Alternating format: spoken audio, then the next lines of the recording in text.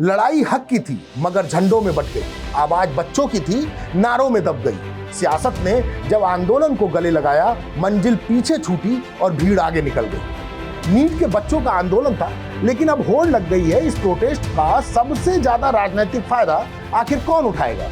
20 दिनों तक राहुल गांधी सीजेपी के मंच पर नहीं पहुंचे, लेकिन जैसे ही अरविंद केजरीवाल इस मंच पर पहुंचते हैं, अचानक राजनीतिक दलों में जैसे शक्ति प्रदर्शन की होड़ मच जाती है। कांग्रेस पहुंच गई, समाजवादी पार्टी कैसे पीछे रह जाती।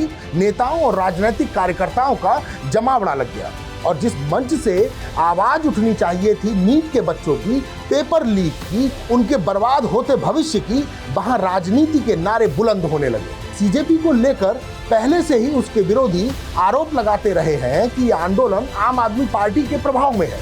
इन आरोपों की सच्चाई अपनी जगह है, जांच और बहस का विषय है, लेकिन सवाल तो उठेगा, अगर ये लड़ाई सिर्फ बच्चों की थी तो अचानक राजनीतिक दलों में मंच पर पहुंचने और अपना शक्ति प्रदर्शन दिखाने की होड़ क्यों लग गई।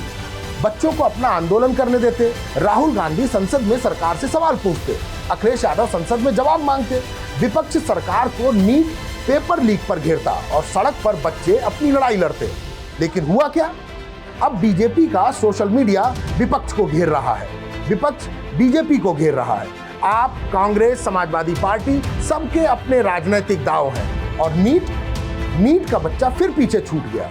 पेपर लीक का सवाल फिर पीछे छूट गया। राजनीतिक दलों के शक्ति प्रदर्शन और कार्यकर्ताओं के शोर के बीच नीट पेपर लीक के खिलाफ उठी बच्चों की असली आवाज आज अपनी अंतिम यात्रा पर दिखाई दे रही है।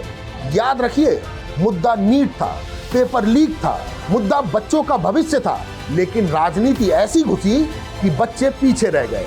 मकसद नेक था, इसलिए कारवां बनता गया। सियासत बीच में आई और कारवां बढ़ता गया।